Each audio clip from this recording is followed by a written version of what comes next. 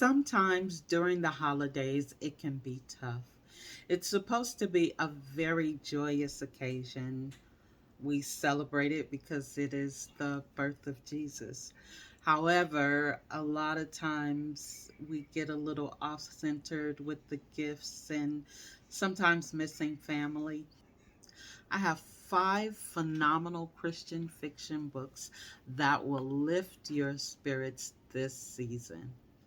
So, my name is Raquel. Welcome and welcome back. These books are really, really uplifting. They are about faith and change and family and all of those good things that Christmas itself is about. And I wanted to share that with you. So let's get started. The first book is My Soul Cries Out. Now, this is a two-book series. The second book is called Selling My Soul. So, My Soul Cries Out is about this young lady who has a boyfriend that she's been with for a long time, and they get married. Once they get married, she finds out that he has had some experiences with men. And she decides, you know what, I can't do this. And they go their separate ways. He is in love with her. He will not give up. They go to church together. He is a minister of music. And so the pastor in the church, he knows about this previous encounter he's had. When it first starts off, she literally catches him in the act. This book blew me away within the first couple of pages. I remember like where I was. I was in the cafeteria of a place that I used to work at, and it was time for me to go back from my break. And I read that I had just started the book, so maybe 30 minutes into maybe 20 minutes because my break was only 30 minutes. At about 27 minutes, I get to the point where she catches him in the act with this other man. And oh, I fell apart. I had to put the book away. I don't think I focused on my job until it was time for me to get off because my brain was preoccupied. I was thinking, did I read what I thought I just read? But the book is so good. That is just some of the drama of the book, but the book is so good. Um, she winds up divorcing him, and she is heartbroken herself. She winds up having diabetes. She's got this old friend that she went to college with, and she gets with her old friend, and her old friend and her get together. And she learns some things about herself. Her and her ex husband are still friends, but in the time that they are broken up, he becomes like a world famous Christian. Christian musician or singer. And so there is a lot going on in this book. I love it. The pastor's involved because he encouraged them to get married without even letting her know that he had had this previous encounter. And in book two, it kind of helps to explain what was happening and they just take it further. This is a great series. I I mean, it is really, really a great series. Um, she is just she evolves out of this whole thing. She is becomes a business owner. She moves out of state. I am telling too much of the book, but it is really, really a great book. The book is by Sherry Lewis. It is called My Soul Cries Out, and book two is called Selling My Soul. And again, this is, oh my God, the book is so good. I am literally tempted to read it again right now. So then we have Breaking All the Rules by Rhonda McKnight. This one is a really, really good read. So there is and I'm so sorry, I do not remember these people's names. But there is a lady, and she is an event planner. She left her hometown, which is a small town, and she goes to New York. She lives her life. She um, has left. She her and her high school boyfriend were supposed to get married. They didn't get married. She decided to move on. They were supposed to go together. He did not leave. She decided to move on. She went to New York. She started a event business. So she is very good at what she does. She's very popular. She just does these really lavish, very, very lavish events. And one day her sister calls her. So her mom and dad has passed away. She has a sister who lives back at home in their childhood family home. And her sister calls her out of the blue. She doesn't really talk to her sister much. Her sister is, I guess you could call her spoiled. And they told the older sister who lives in New York before they passed away to take care of her younger sister because she is kind of spoiled and just not a really um the kind of person who really does much, let's just say it that way. And so she gets a call from her sister, and her sister says, "Hey, I need you to plan a wedding for me." And she's like, "Okay, I don't have time. I'm busy." She's like, "No, I really, really need you to plan this wedding." And she says, "When?" And she's like, "I don't know, maybe this weekend or something. It's a very short period of time." And she's like, "Well, why do you need to plan this wedding so soon?" And she's like, "Well, I'm pregnant." And so the thing is that they are Christian. And so she wants to get married before she has the baby so that there is no overlap. Like she isn't basically fornicating, I guess you could say. And so she goes, "Well, who are you pregnant by?" And she tells her the guy name, and the guy is actually her sister's ex boyfriend. So she is marrying and having a baby with her sister's ex boyfriend. Her sister promised her parents that she would take care of her, although she does not want to, but she will. But imagine coming home to plan a wedding for your sister and your ex boyfriend before their child is born. And it's a really good story. It has a happy ending. She is hurt by it, of course, her sister and the ex boyfriend, but she has some really wonderful things happening to her as well. And so I guess it kind of evens out because, like, in my head, I figure if he would date if your ex would date your sister, then he's not worth having you. And if your sister wants him that bad, then go ahead and take him. We'll see. Who cares? I don't want anybody who wants my sister. I don't have a sister, but if I had one, I would not want a guy who wanted to marry my sister after we had been together. Anyways, great story. I love it. This is another book that I have read over and over and over again. I love, love, love this story.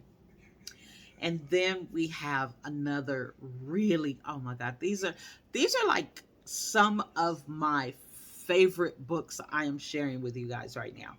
Like if I had to make a list of books that were my favorites, like my all-time favorites, these books would definitely be on the list in no particular order, but they would definitely be on the list. The next book is Further Than I Meant to Go, Longer Than I Meant to Stay. This book is by Tiffany L. Warren. All of these are Christian fiction. And this one is about a lady who has a mental breakdown. Um, and it's playing out in two ways. She's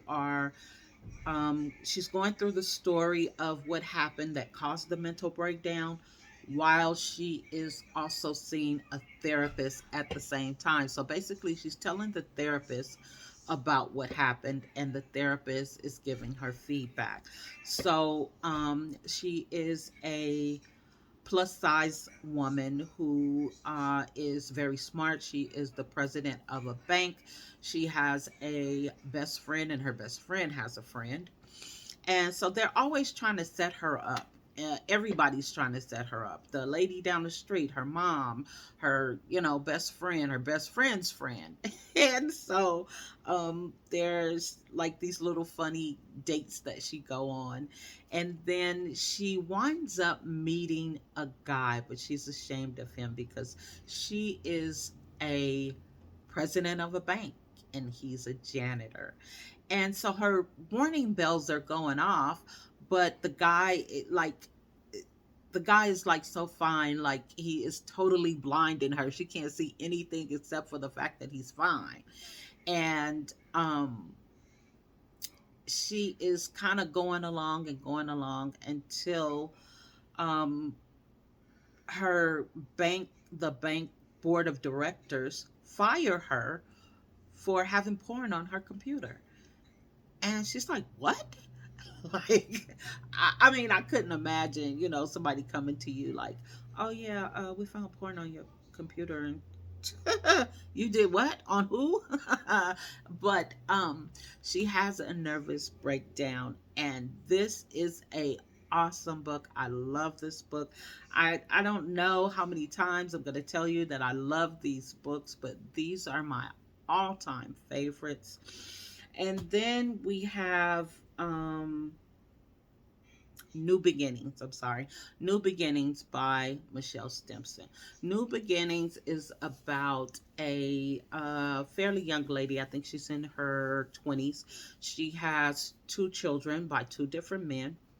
She meets a ex NFL player in the grocery store, and they fall in love, and he buys her house. And when they move into the house, so she's thinking, "Oh, this is great, found the love of my life, he accepts my children, and I just, have never had this before." Now mind you, she's already been married twice before, and this is her third marriage, and she's still fairly young.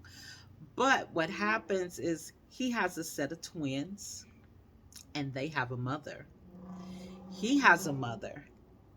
And all of these people are in their lives, they're in their marriage, and they're in their home.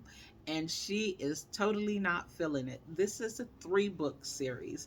It is so good because she is like, "Oh no, these kids are not coming to live with me." And she falls in love with the kids. It takes a while.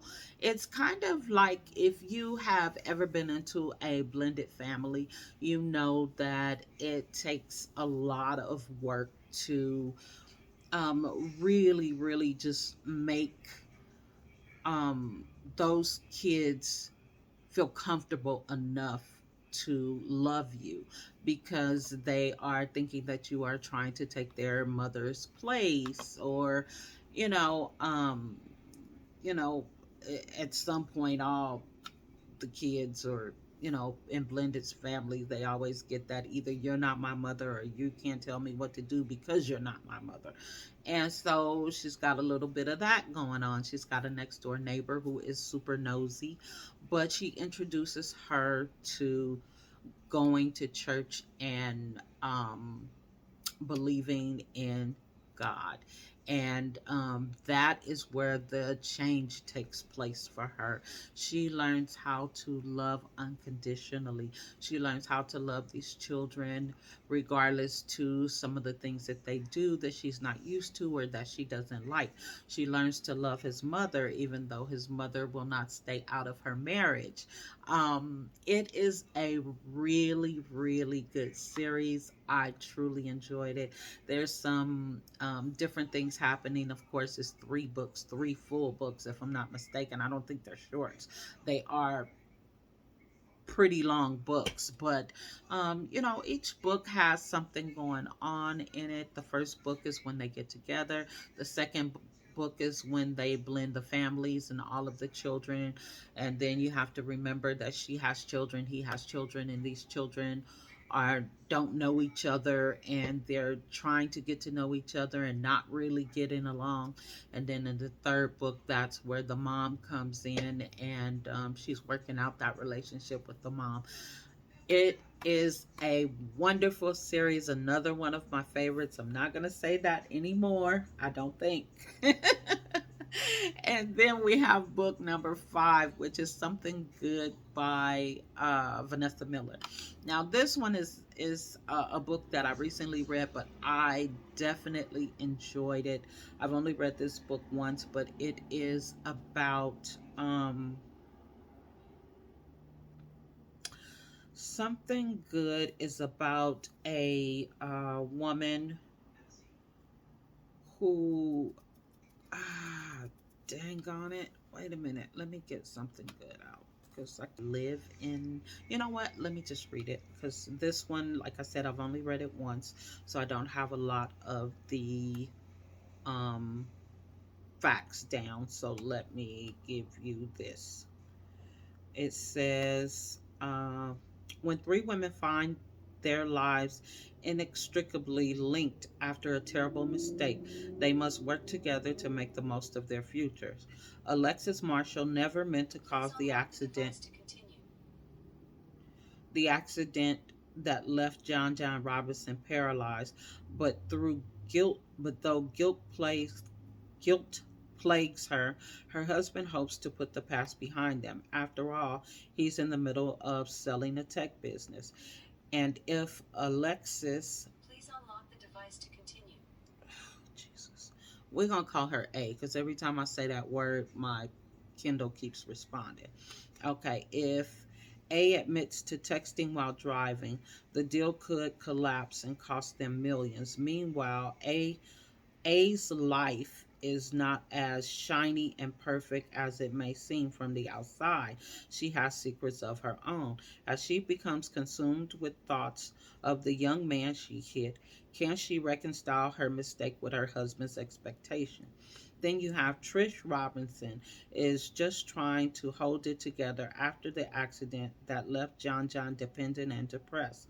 As the bills piled up, Trish and her husband Dwayne find themselves at odds. Trish wants to forgive and move on, but Dwayne is filled with rage toward the entitled woman who altered their lives. Trish can't see how anything good can come from so much hate and strife. She determines to pray until God intervenes. Then one afternoon, Marquita Lewis rings their doorbell with a baby in her arms and changes everything.